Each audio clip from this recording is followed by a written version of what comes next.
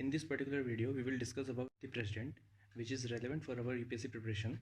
Article 52 to 78 of the Indian Constitution deal with president. He is head of state. इसके लिए indirect elections होते हैं. Generally जो MPs होते हैं उनके लिए direct election किए जाते हैं, लेकिन इसमें ऐसा नहीं होता है. इसलिए इसको एक नाम भी दिया गया है, इलेक्टोरल कॉलेज. इसमें elected MPs of लोक सभा plus Rajya Sabha, elected MLAs of all state, elected MLAs of Union Territories of Delhi, Puducherry and Jammu and Kashmir, ये तीनों पार्ट लेते हैं इसमें. Election of president can't be challenge on the ground that electoral college was incomplete. Incomplete in the sense existence of any vacancy among the member of electoral college if declared void by supreme court, क्योंकि supreme court के पास ही authority है कि वो president के election को void declare कर सकता है. तो कोई भी एक्ट जो प्रेसिडेंट के थ्रू किया गया है, जैसे कि कोई एक्ट पास हुआ है या फिर कोई ऑर्डिनेंस पास हुआ है, वो इन्फोर्सेबल रहेगा, वो इनवैलिडेट नहीं होगा. नाउ जो प्रेसिडेंट होता है वो ओनली नॉमिनल हेड होता है. नॉमिनल मतलब जिसके पास में कोई पावर नहीं है. जो council of minister headed by prime minister उसी की एड एंड एडवाइस के ऊपर काम करता है. इसलिए जो council of minister headed by prime minister होते हैं उन्हीं के पास में रियल पावर होती है टू रन द गवर्नमेंट, ना कि प्रेसिडेंट के पास में. इनके ऑफिस के लिए कुछ कंडीशंस हैं. कंडीशंस लाइक ये जो है अपने लोकसभा राज्यसभा ना ही स्टेट लेजिस्लेचर, ये किसी के भी मेंबर नहीं होने चाहिए. He should not hold any office of profit. Office of profit जो है वो कॉन्स्टिट्यूशन में डिफाइन नहीं किया गया है, ना ही कहीं पे मेंशन है इसका. और यूपीएससी ने कुछ 3 या 4 ईयर्स पहले ये क्वेश्चन पूछा हुआ है कि ऑफिस ऑफ प्रॉफिट कॉन्स्टिट्यूशन में डिफाइन करता है या नहीं करता है प्री में. Now we will talk about tenure of the president.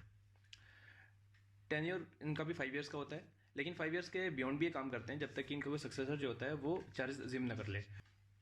To prevent an interregnum. Interregnum मतलब कि प्रेसिडेंट की जो पोस्ट है वो कॉन्स्टिट्यूशनल पोस्ट है, उसको वैकेंट नहीं छोड़ा जा सकता. तो जब तक प्रेसिडेंट का जो सक्सेसर है वो उस चेयर पे नहीं आ जाते हैं, तब तक जो प्रीवियस प्रेसिडेंट है वो उस चेयर पे रहेंगे. एलिजिबिलिटी फॉर री election any number of time.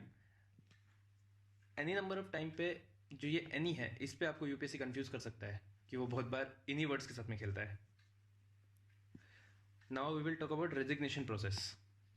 He can resign by addressing a resignation letter to the vice president. He can be removed but only by the process of impeachment. Impeachment जो process है ये आपके article 61 में mention है, define नहीं है. पर ये आपके डिफाइन नहीं है, मेंशन है बस. Now charges for the process of impeachment और removal of president can be initiated by either house, but condition है कि 1/4 मेंबर जो होंगे उस हाउस के जिसमें ये इनिशिएट किया जा रहा है उनके थ्रू ये साइन होना चाहिए. अब जो चार्जेस हैं जो इनिशिएट किए गए थे उनको पास करने के लिए एक मेजोरिटी चाहिए होती है जो कि है 2/3 total strength of the house. ये हमारे कॉन्स्टिट्यूशन की सबसे टफेस्ट मेजोरिटी है.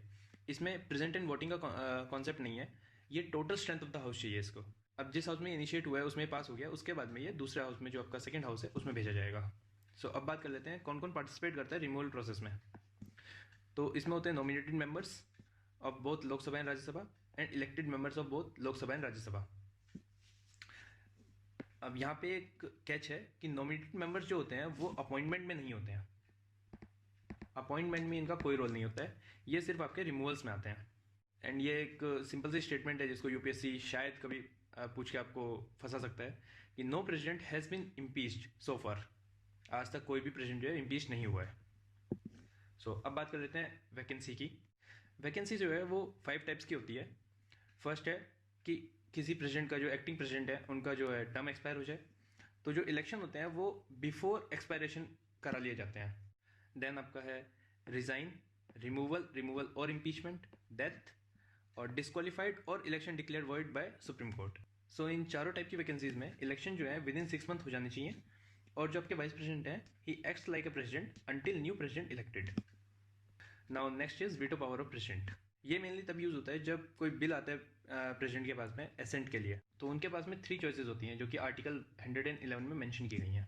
सो first is he give his assent. So bill जो है वो एक्ट बन जाएगा. विद होल्ड एसेंट, ये आपका एब्सोल्यूट वीटो होता है. So the next is return for reconsideration but if passed again must be sign by the president. ये आपका होता है सस्पेंसिव वीटो, लेकिन ये ओवरराइड किया जा सकता है repassage of the bill of the same bill by ordinary majority. Then next one is pocket veto. Pocket veto मतलब no action taken by the president. neither ratify it nor reject it nor return it. So next is qualified veto, जो कि Indian president के through exercise नहीं किया जाता लेकिन US president के through किया जाता है. क्वालिफाइड वीटो के ऊपर यूपीएससी ने तो कभी क्वेश्चन नहीं पूछा, लेकिन हाँ टेस्ट सीरीज में एक बार क्वेश्चन आया हुआ है, इसलिए मैंने इसको यहाँ पे कवर किया है. Now we will talk about ordinance making power of president. Ordinance making power जो है वो आर्टिकल 123 में मेंशन की गई है. ये तब होता है जब पार्लियामेंट जो है रिसेस पीरियड में होता है. रिसेस पीरियड मतलब period between 2 sessions of parliament. जब आपका एक हाउस या फिर दोनों हाउस सेशन में नहीं होते हैं. सो ये यहाँ पे लिखा हुआ है व्हेन बोथ हाउसेस और either of two houses not in session. So ये सिंपल भी है क्योंकि आपको जो बिल होता है उसको एक्ट बनाने के लिए दोनों हाउस से पास कराना होता है. बट अगर एक हाउस या फिर दोनों हाउस सेशन में होंगे नहीं तो वो पास भी नहीं होगा, इसलिए ऑर्डिनेंस मेकिंग पावर का यूज़ किया जाता है प्रेसिडेंट के थ्रू. ये ऑर्डिनेंस होते हैं ये उन्हीं चीज़ों पे इशू किए जाते हैं जिसपे कि पार्लियामेंट के उसमें पावर होती है लॉ बनाने की. लाइक आपकी यूनियन लिस्ट हो गई, आपकी कंकरेंट लिस्ट हो गई, आपकी रेसिडुअरी लिस्ट हो गई. It can't abridge or take away any fundamental right. So it can be question in court. It simply means it is under judicial review. It must be laid before both houses when it reassembles. If Parliament haven't taken any action for 6 weeks of reassemble, ordinance cease to operate. Now यहाँ पे थोड़े से और points हैं. Power of ordinance making is not a discretionary power of president. He can issue or withdraw any ordinance only on the advice of council of minister headed by the prime minister. So ये वही वाला है कि आप वो nominal head है, aid and advice जो है वो काउंसिल ऑफ मिनिस्टर की होगी. One more important thing, it can't be issued to